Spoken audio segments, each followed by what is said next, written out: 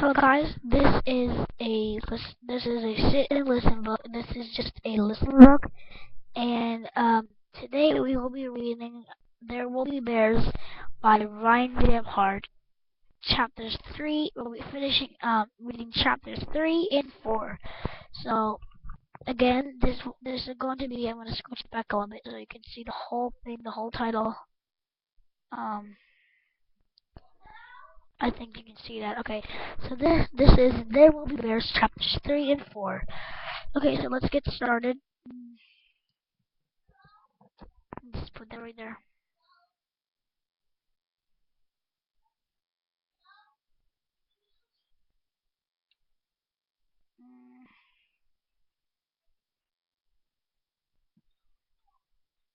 I just have to fix this.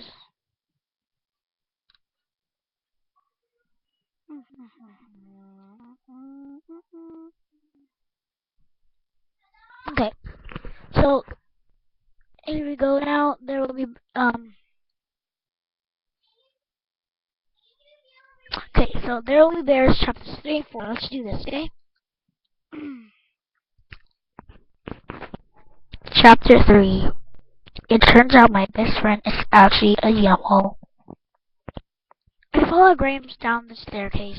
He bought this house with Grandma this year. Ashley was born, and the rest of us were living on the other end of town. Sure, all the other homes in the neighborhood are nicer and newer, but it's like someone took a cookie cutter and baked the exact same two-story cube 100 times over. Graham's house has a soul. The pine trees in his front yard are huge, while all the neighbors just have saplings being held by twine and metal rods. Some yards have sod that didn't take, and now there are all these patches of yellow grass everywhere. I closed the door and head to Grandpa's pickup. Gramps dials the radio knob to 96.9 KBCR, big country radio, and they're playing Willie Nelson and Merle Haggard singing one of the grandma's favorite songs. I slouched back and imagined wearing Grandpa's cowboy hat and driving my pickup through the canyon to work. Another day at Henry Feed and Tractor Supply in Hardin. One arm rests on the window sill, and I eat a fruit roll up. My lady packs my old lady packed because she knows how I think fruit roll-ups are the cat's pajamas. As Grandma would say, we pull into Bright's driveway and the light is on in his bedroom, just above the garage. With Gramps waiting in the truck, I ring the doorbell. Chloe starts barking. Bright's mom answers the door and Chloe rushes out to snort at my ankles, wagging her tail. Her eyeballs bug out of her smashed pug face, making her look like a mouse caught in a trap. Tyson, hello, what are you doing over here so late? His mom sounds so formal, with her thick British accent. Bright was born in England and moved to Colorado in the first grade. But the only time he sounds almost British anyway is when he laughs. Is Brighton home? Let me fetch him. It sounds like he trips and comes tumbling down the staircase, but he appears in a piece wearing a green polo and expensive jeans, or as I like to call them, his fancy pants. Hey Ty, um coaches he cockes coaches Chloe into the house and closes the door behind him. What's up? I just want to see how your game went. Did you win? He scratches at his buzzled hair. Bright and his teammates shake their heads at the beginning of the season as say some good luck thing. He looks so much older without his shaggy hair. Nah, we lost. What was the score? 31 to 33. Hey, at least it was close. Did you kick any field goals? A 25-yarder and a 19-yarder. 25 yards. Good job, football bear. He makes a little grin. I missed the third kick from the 15 yards and I lost us the game. It happens. So hey, me and my grams are going to hunting until next weekend. You want to hang out tomorrow afternoon? It's supposed to snow. Maybe we can go sledding at um um snowshoe. He shakes his head, eyes to the ground. I might be going skiing with some some of the guys on the team. Oh, I say, getting the feeling in my chest is it's like a pain, but not really. I mean, I've been seeing this coming since summer. Bright's becoming one of the popular guys. I can already imagine him going to parties and forgetting to invite me. Then the next day in the halls, kids will come up and to him saying something. I don't understand. I'll ask Brighton what they're doing about, and he'll say, "Oh, it's nothing. You had to be there." Pretty s- pretty soon, I'm going to just be some other kid, and he nods at an American civ. Pretty soon, I'm going to go from having one friend to having zero friends. It feels like something has pushed me against my ribcage. That's cool, I say, and sorry I couldn't make it to your game tonight. Something came up. What's that? I was taking a dump at the neighbor's house. I'm trying so hard not to cry because Bright makes new friends and it's so stupid reason to cry. It's not like anyone died. I'm just being all emotional. So I laugh instead. I drank a bunch of prune juice with my grapes. And dude, have you ever tried that stuff? It works. He's not even paying attention. He's just checking his phone. Who are you talking to? I say. Micah. Pikachu, I say in my Pikachu voice, and Bright barely smiles. What's she saying?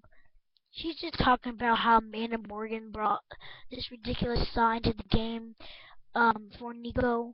Oh, he laughs. You had to be there. A bolt of panic strikes me. I'll see you next game, I say, I promise. I should probably get back to studying for Hull's test. See you later, Ty. And then he goes inside and locks the door. I get back in the truck. Is everything okay? Gramps asks. Whatever. I turn to him and say, let's go over to the water tower. Maybe it's best friend if we went back home. It's getting late. I slouch in my seat, my teeth clench. I'm funnier than the football kids. But after all these years, why doesn't Bright know what that? Driving down the street, Grange says, okay, just this at what time? He flicks his turn signal and takes a right into a shady lane, toward the lane in the warehouses, the highway, and the old water tower.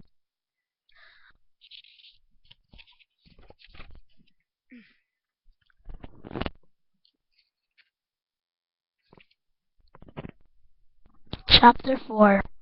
Gramps gets pulled over and I eat some Skittles.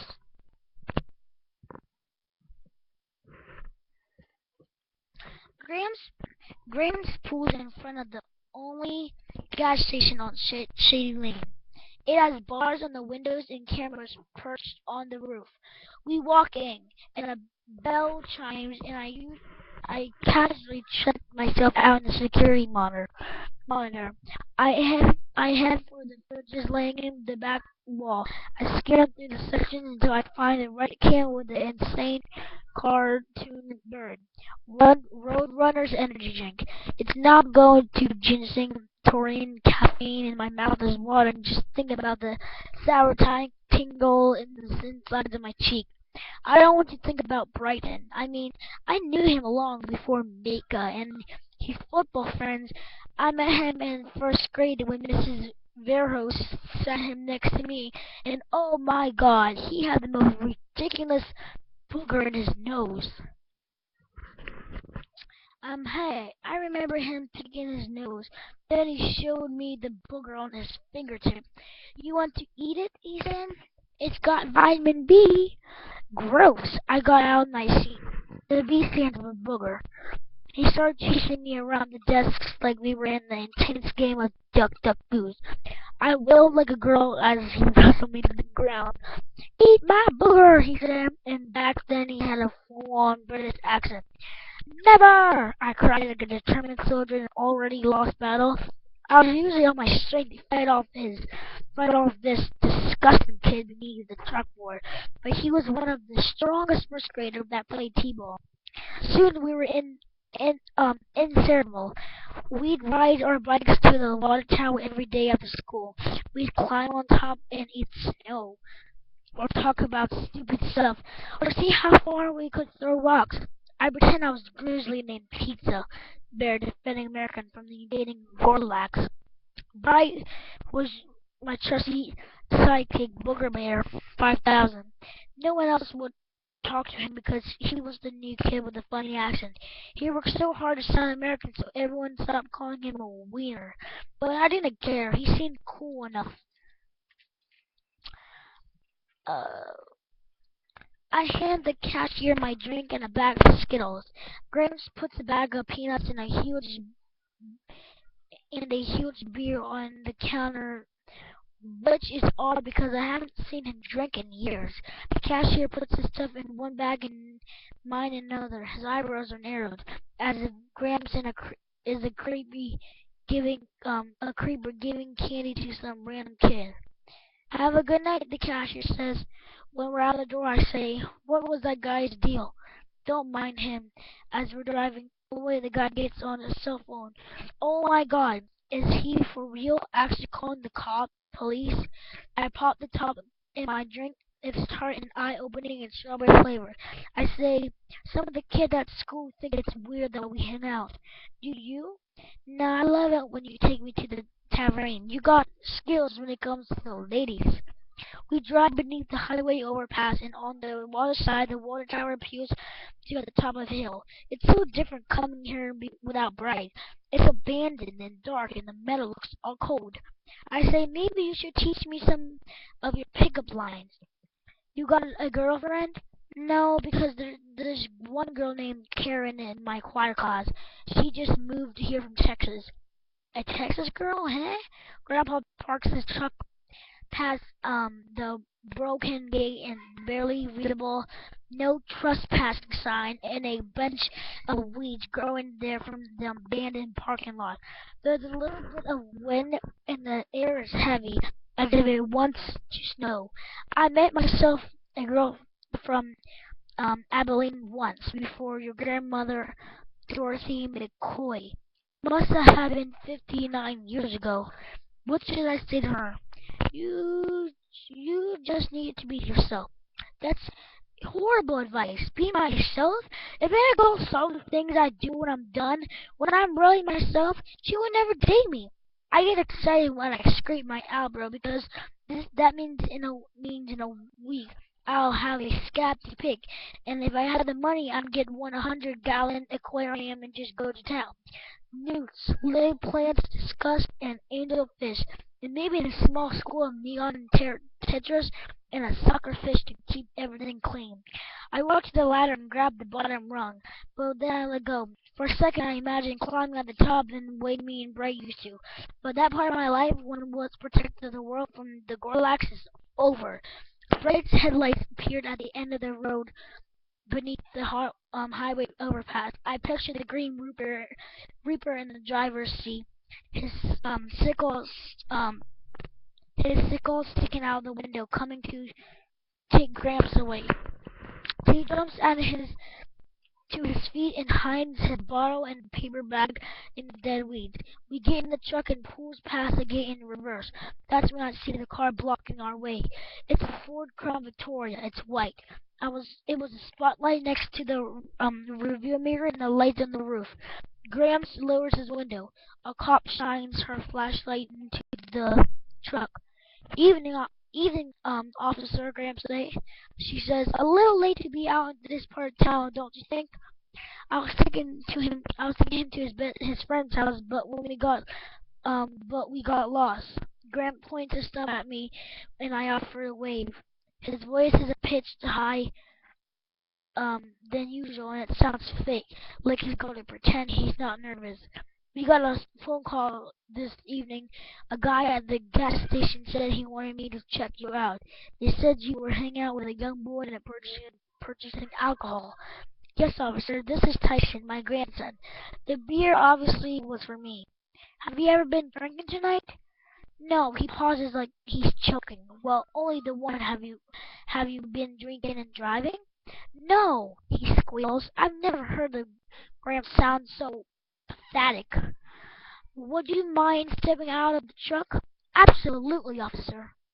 I remain still, drinking my Roadrunner and trying my hardest to act like everything's perfectly cool and normal as he goes through the sobriety test. But this is so messed up. Another cop car appears behind the first. A minute passes and Graham has his finger touching the tip of his nose when someone taps on my window. I lower it. "How's it going, son?" This cop rests his arm on the windowsill and looks around inside. With a mouthful of Skittles, I say, "Good. Mind if I see your beverage?" I hand it over and he smells it. You're you're going to be all night drinking this stuff. I've got a test tomorrow. Gramps returns. He struggles to put his own seatbelt, his breathing uncomfortably heavy. "Did you get a ticket?" I asked. He makes a wheezing cough from the deep in his lungs. "I blew under the limit. You doing okay over there, Mr. Pizza Bear?" I want to ask him what's going on, but there's no need. He's sick or dying and he doesn't want to tell me. He restarts the truck and gives me this disgusting happy look. Like I can't figure out the obvious. I breathe in the dry heat from the vents. "Yeah," I say, "it's all good." Okay, so that's all for today. So I just read chapters 3 and 4, and this time I'll see you back tomorrow for chapters 5, 6, 7, and 8. So I'll just read like 2 chapters a day. Okay, chapter 5 can be called A Murder at Newt.